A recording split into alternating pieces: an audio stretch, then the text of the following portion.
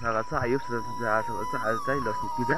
गर्ने आज रोटी हाल्नु छ अनि त्यसपछि काम आज रोटी हाल्नु छ त्यसपछि काम पनि छ लक्ष्मी पूजा पनि गर्नु छ अनि लक्ष्मी पूजा देखिहाल्नु छ भिडियोमा देखिहाल्नु छ फोटो पनि राम्रो भन्छ लक्ष्मी पूजाको दिन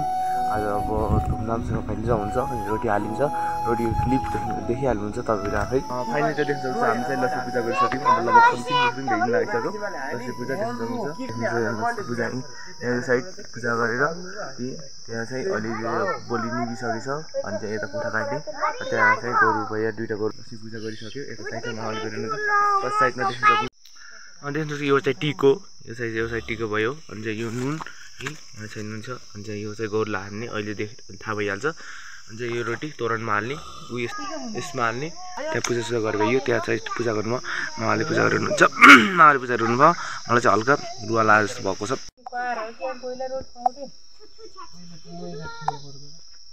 चाहिँ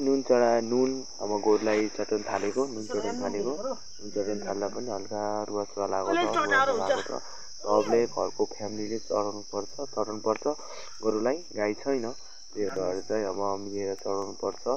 म चाहिँ रुखमा तोरण टाङ्न जान लागेको रुखमा देख्न सक्छु त्यही नै गएपछि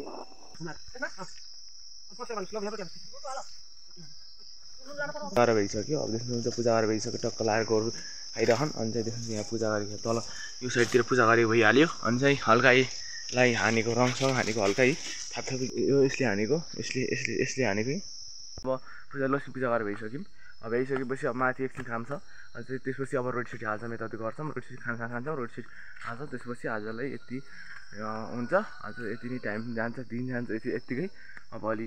भइहाल्यो पर्सि आएर तिहार लागिहाल्छ तिहार भइहाल्यो सबैलाई ह्याप्पी तिहार भन्न चाहन्छु यहीँबाट चाहिँ देश बिराउनु सम्पूर्ण दाजु दिदीबहिनीलाई ह्याप्पी सबैले हामी चाहिँ अब रोटी बनाउनु स्टार्ट भइसकेको छ रोटी बनाइसकेको छौँ त्यसमा चाहिँ यहाँ चाहिँ रोटी बनाएको छ अगाडि साइडमा मैले चाहिँ रोटी छ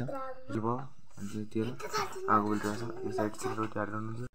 देख्न सक्नुहुन्छ चाहिँ अहिले चाहिँ रोटी यति भइसकेको छ अनि चाहिँ भित्र बनाउनु छ आदि अनि यति चाहिँ रोटी भइसकेको छ देख्न सक्नुहुन्छ यो रोटी साइड रोटी हो रोटी यति भइसकेको छ अनि भित्र उबालेको यो